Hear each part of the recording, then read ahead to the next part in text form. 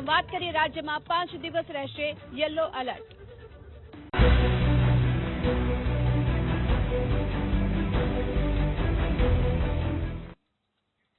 રાજ્યમાં આગામી 5 દિવસ સુધી હીટવેવની આગાહી કરવામાં આવી છે। હવામાન વિભાગે આગાહી કરી છે અને આ સાથોસાથ જો કે પારો 44 ડિગ્રી સુધી પહોંચી શકે એ પ્રકારની શક્યતા પણ વ્યક્ત કરવામાં આવી છે। હવામાન વિભાગની આગાહી મુજબ 5 દિવસ સુધી યલો એલર્ટ રહેશે અને આ સાથે દક્ષિણ ગુજરાત, ઉત્તર ગુજરાત અને સૌરાષ્ટ્રના અનેક જિલ્લામાં કાળઝાળ ગરમીના આગાહીના કારણે 5 દિવસ સુધી યલો એલર્ટ જાહેર કરાયું છે। હવામાન વિભાગે અમદાવાદમાં 26 થી 28 એપ્રિલ દરમિયાન મહત્તમ તાપમાનનો પારો 44 ડિગ્રીની આરપાર જવાની પણ શક્યતા છે। જો કે અમદાવાદમાં એપ્રિલ મહિનામાં ગરમીનો પારો 44 ડિગ્રીને પાર થયો હોય તેવું એપ્રિલના છેલ્લા 10 વર્ષમાં નથી બન્યું। આગામી 2 દિવસમાં અમદાવાદમાં ઉનાળુ રૌદ્ર સ્વરૂપ દેખાડી શકે છે।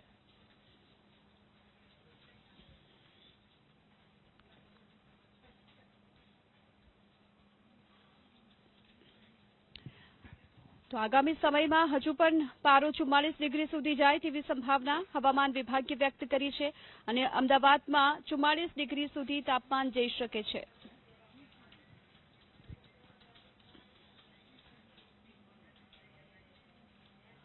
અને વાત કરીએ મુગલ સામ્રાજ્યની મનસુખ વસાવાને કેમ આશંકા।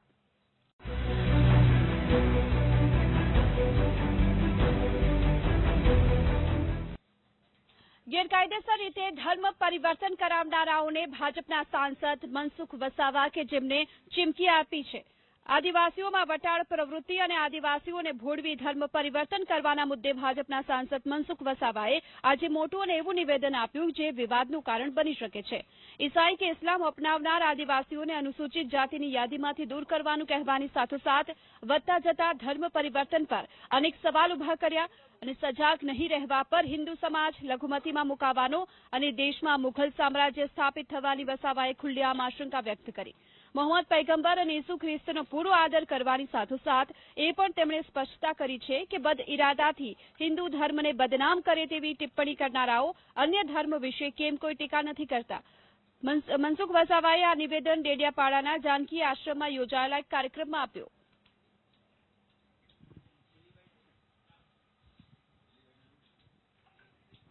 મા બાપને જેમ બદલી નથી શકાતો એ રીતના ધર્મને ના બદલી શકાય। બધું બદલાય પણ ધર્મને ના બદલાય। કોઈની ગરીબ અજ્ઞાનતાનો લાભ લઈ, કોઈનો મજબૂરીનો લાભ લઈ અને એ ધર્મને તોડવાનું કામ એને ધર્મ ના કહેવાય। ધર્મ કોઈ પ્રહાર ના કરે, ધર્મને તોડવાનું કામ ના કરે, ધર્મ હંમેશા જોડવાનું કામ કરે। આપણે લઘુમતીમાં મુકાઈ જઈશું ને ફરી આ અંગ્રેજો અથવા તો મુસ્લિમ કન્ટ્રી આપણા પર રાજ કરવા માટેની આ નાટક છે। એમને આ મારો સીધો આક્ષેપ છે। હિન્દુ ધર્મને તોડવા પાછળ, હિન્દુ ધર્મને, ધર્મીઓને માનનારા લોકોને ધર્મ પરિવર્તન કરવા પાછળનો વિદેશી ષડયંત્ર છે। જેમ પહેલા સેવાના નામે આ દેશમાં આવ્યા એવી રીતના પોતાના ધર્મનો ફેલાવો કરશે અને ફરી એમના અન્વય ઉભા કરી અને આ દેશને ગુલામ બનાવવાનો એક પ્રકારનું સીધું ષડયંત્ર છે। સોશિયલ મીડિયામાં લખનારા લોકોને તમે હિન્દુ દેવી દેવતાની ટીકા કરો છો, પૈગંબરની ટીકા કરી, ઈસુ ભગવાનની ટીકા કરી। હું ઈસુ ભગવાનને ભગવાન માનું છું કે એ પ્રકારે એને સત્કર્મો કર્યા છે।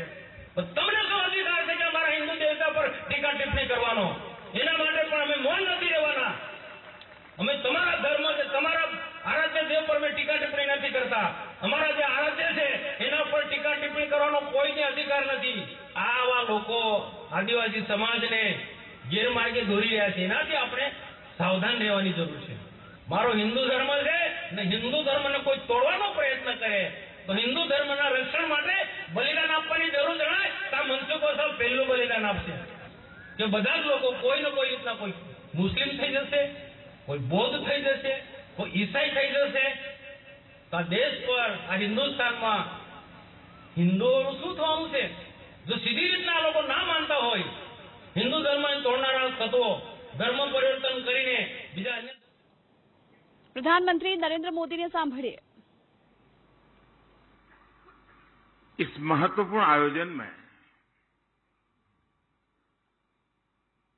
आदरणीय हृदयनाथ मंगेशकर जी को भी आना था, लेकिन जैसे अभी आदिनाथ जी ने बताया, तबीयत ठीक नहीं होने की वजह से वो यहां नहीं आ पाए। मैं उनके जल्द स्वस्थ होने की कामना करता हूं। साथियों,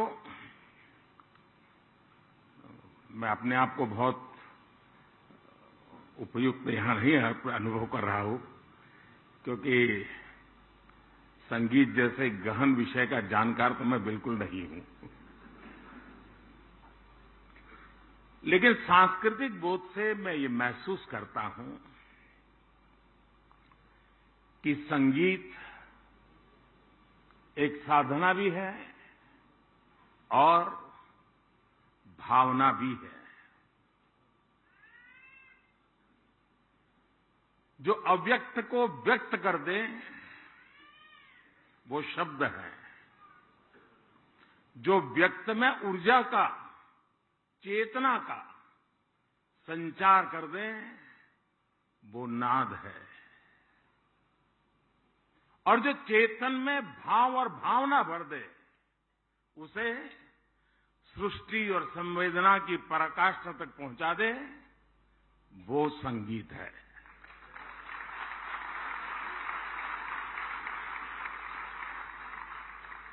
आप निष्प्रभ बैठे हो, लेकिन संगीत का एक स्वर आपकी आंखों से आंसू की धारा बहा देता है। ये सामर्थ्य होता है। लेकिन संगीत का स्वर आपको वैराग्य का बोध करा सकता है। संगीत से आप में विरस भरता है। संगीत मातृत्व और ममता की अनुभूति करवा सकता है। संगीत आपको राष्ट्रभक्ति और कर्तव्य बोध के शिखर पर पहुंचा सकता है। हम सब सौभाग्यशाली हैं कि हमने संगीत की इस सामर्थ्य को, इस शक्ति को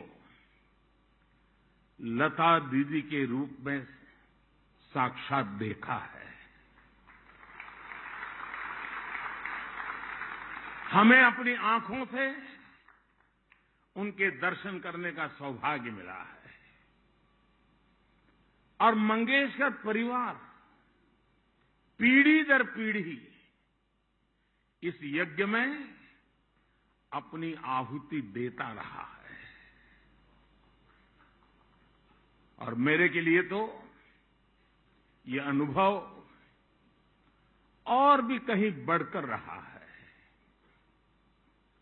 अभी कुछ सुर्खियां हरीश जी ने बता दी, लेकिन मैं सोच रहा था कि दीदी से मेरा नाता कब से कितना पुराना। तो दूर जाते जाते याद आ रहा था कि शायद 4 साढ़े 4 दशक हुए होंगे। सुधीर फड़के जी ने मुझे परिचय करवाया था।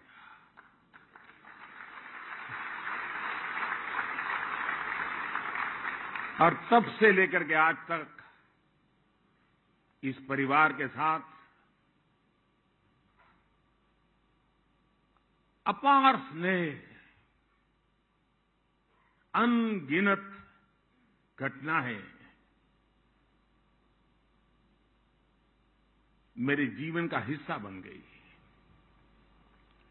मेरे लिए लता दीदी सुर साम्राज्य के साथ साथ, और जिसको कहते हुए मुझे गर्व अनुभव होता है, वो मेरी बड़ी बहन थी।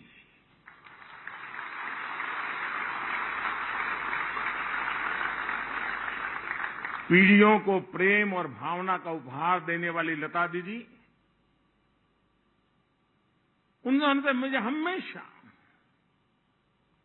उनकी तरफ से एक बड़ी बहन जैसा अपार प्रेम मिला है। मैं समझता हूं इससे बड़ा जीवन का सौभाग्य क्या हो सकता है। शायद बहुत दशकों के बाद ये पहला राखी का त्योहार जब आएगा, दीदी नहीं होगी।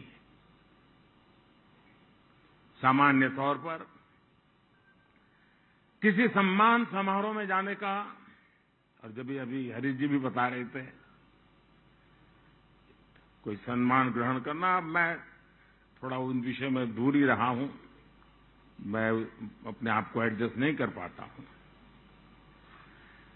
लेकिन पुरस्कार जब लता दीदी जैसी बड़ी बहन के नाम से हो, तो ये मेरे लिए उनके अपनत्व और मंगेशकर परिवार का मुझ पर जो हक है, उसके कारण मेरा यहां आना एक प्रकार से मेरा दायित्व बन जाता है।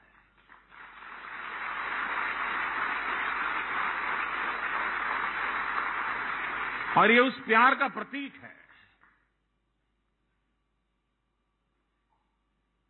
और जब आदिनाथ जी का संदेश आया, मेरे क्या कार्यक्रम है, मैं कितना बिजी हूं, कुछ पूछा नहीं। मैंने कहा भैया पहले हाँ कर दो। मना करना मेरे लिए मुमकिन ही नहीं। मैं इस पुरस्कार को सभी देशवासियों के लिए समर्पित करता हूं।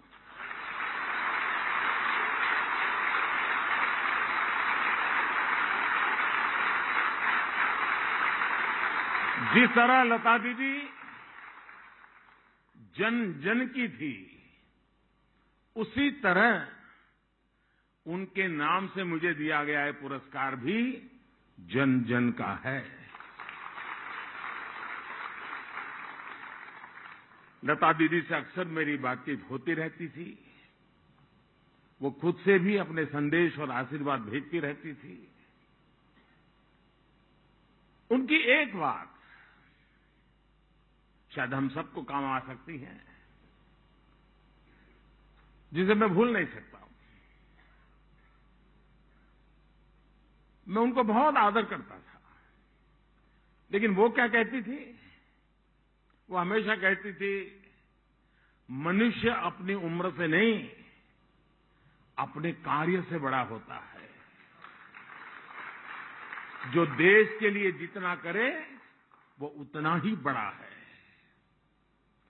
सफलता के शिखर पर ऐसी सोच से व्यक्ति की महानता, उसका हमें एहसास होता है।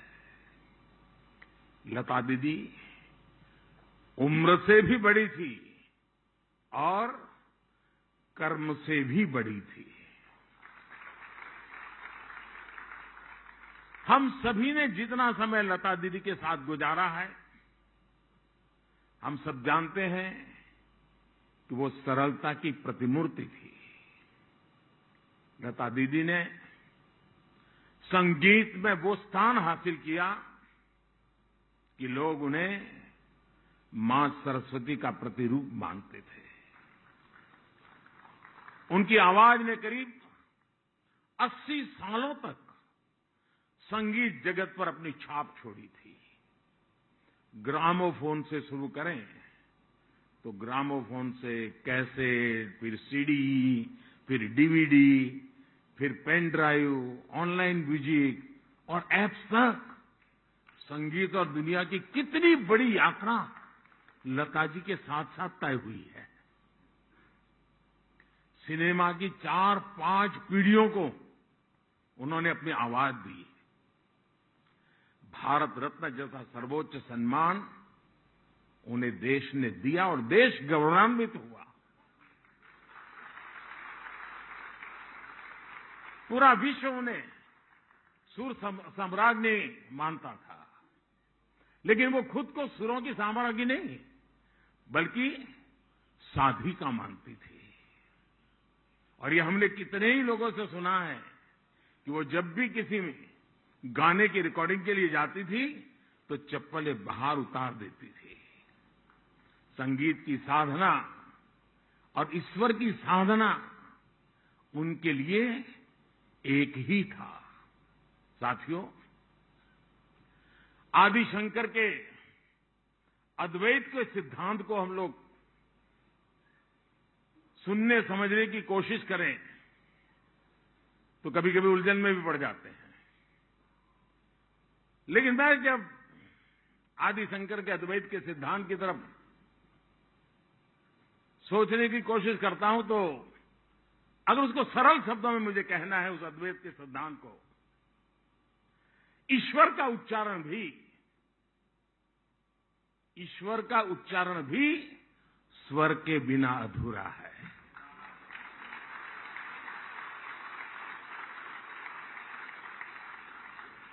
ईश्वर में स्वर समाहित है। जहां स्वर है वहीं पूर्णता है। संगीत हमारे हृदय पर, हमारे अंतर्मन पर असर डालता है। अगर उसका उद्गम लता जी जैसा पवित्र हो तो वो पवित्रता और भाव भी उस संगीत में घुल जाते हैं। उनके व्यक्तित्व का एक हिस्सा हम सब के लिए और खासकर युवा पीढ़ी के लिए एक प्रेरणा है। साथियों, लता जी की सशरीर यात्रा एक ऐसे समय में पूरी हुई जब हमारा देश अपनी आजादी का अमृत महोत्सव मना रहा है। उन्होंने आजादी के पहले से भारत को आवाज दी और इस 75 सालों की देश की यात्रा उनके सुरों से जुड़ी रही। इस पुरस्कार से लता जी के पिताजी दीनानाथ मंगेशकर जी का नाम भी जुड़ा है। मंगेशकर परिवार का देश के लिए जो योगदान रहा है उसके लिए हम सभी देशवासी उनके ऋणी हैं। संगीत के साथ साथ राष्ट्रभक्ति की जो चेतना लता दीदी के भीतर थी उसका स्रोत उनके पिताजी ही थे। आजादी की लड़ाई के दौरान शिमला में ब्रिटिश वायसराय के कार्यक्रम में दीनानाथ जी ने वीर सावरकर का लिखा गीत गाया था। प्रधानमंत्री नरेंद्र मोदी ने सांभळ्य। ऐसा ही हर भाषा में गुला हुआ है। वो हर राज्य, हर क्षेत्र में लोगों के मन में समाई हुई है। भारतीयता के साथ संगीत कैसे अमर हो सकता है ये उन्होंने जी करके दिखाया है। उन्होंने भगवद गीता का भी सस्वर पाठ किया और तुलसी, मीरा, संत ज्ञानेश्वर और नरसिंह मेहता के गीतों को भी समाज के मन मस्तिष्क में घोला। रामचरितमानस की चौपाइयां से लेकर बापू के प्रिय भजन वैष्णव भजन तो तेने रे कहिए, तब सब कुछ लता जी की आवाज से पुनर्जीवित हो गए। उन्होंने तिरुपति देवस्थानम के लिए गीतों और मंत्रों का एक सेट रिकॉर्ड किया था जो आज भी हर सुबह वहां बजता है। यानी संस्कृति से लेकर के आस्था तक, पूरब से लेकर के पश्चिम तक, उत्तर से दक्षिण तक लता जी के सुरों के पूरे देश को एक सूत्र में पिरोने का काम किया। दुनिया में भी वो हमारे भारत की सांस्कृतिक राजदूत थी। वैसा ही उनका व्यक्तिगत जीवन भी था। पुणे में उन्होंने अपनी कमाई और मित्रों के सहयोग से मास्टर दीनानाथ मंगेशकर हॉस्पिटल बनवाया जो आज भी गरीबों की सेवा कर रहा है।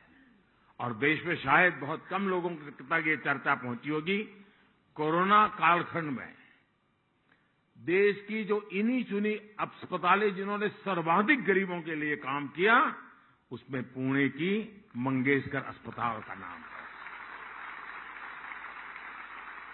साथियों, आज आजादी के अमृत महोत्सव में देश अपने अतीत को याद कर रहा है और देश भविष्य के लिए नए संकल्प ले रहा है।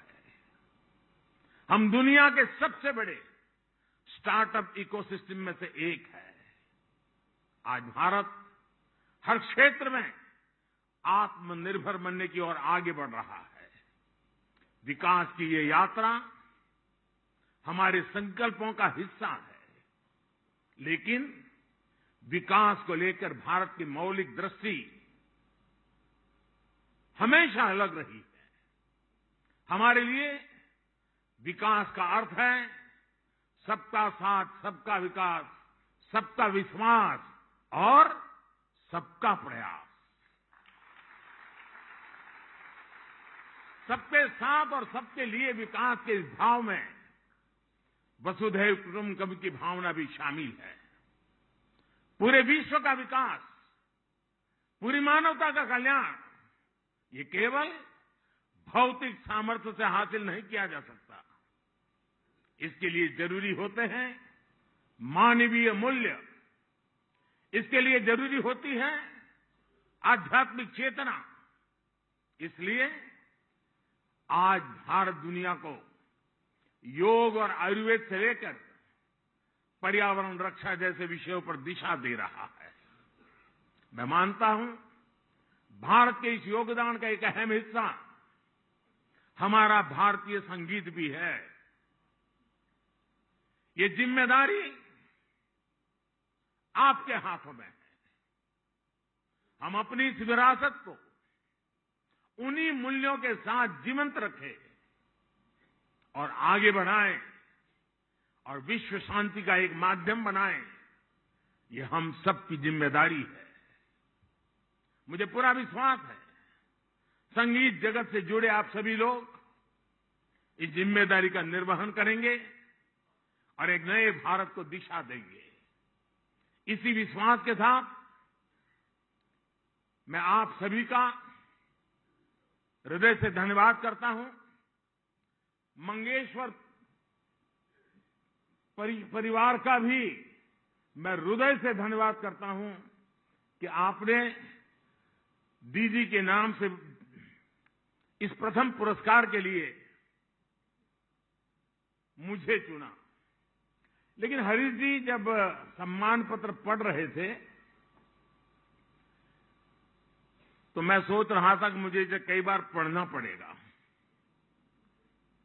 और पढ़ करके मुझे नोट बनानी पड़ेगी कि अभी मुझे इसमें से कितना कितना पाना बाकी है, अभी भी मेरे में कितनी कितनी कमियां हैं, उसको पूरा मैं कैसे करूं। दीदी के आशीर्वाद से और मंगेशकर परिवार के प्यार से मुझ में जो कमियां हैं, उन कमियों को आज मुझे सम्मान पत्र के द्वारा प्रस्तुत किया है। मैं उन कमियों को पूरा करने का प्रयास करूंगा। बहुत बहुत धन्यवाद। नमस्कार।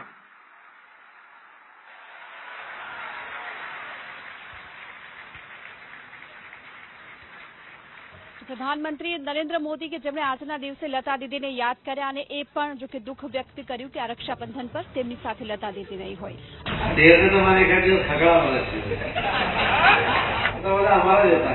આપણે કેમ પેલા બસમાં બેસતા તો રૂમાલ મૂકીને જગ્યા કરી દેતા હતા અને અમે એમાં જગ્યા રાખીને બધા જ લોકો ઈચ્છતા હોય છે કે કોઈ ચૂંટાયેલી વ્યક્તિ અથવા તો ભવિષ્યમાં ચૂંટાઈ શકે એવી વ્યક્તિ કોઈ હોય તો એ ચોક્કસપણે પાર્ટીમાં આવે, એટલા માટે એમણે આવું નિવેદન કર્યું છે। કોંગ્રેસ માટે મારા જે વસમાં છે ત્યાં સુધી અમે કોઈ કોંગ્રેસીઓને લેવા માટે તૈયાર નથી। હું તો બોલીશ રાત્રે 8 વાગે ભાજપમાં કોણ થશે ઇન, કોણ થશે આઉટ।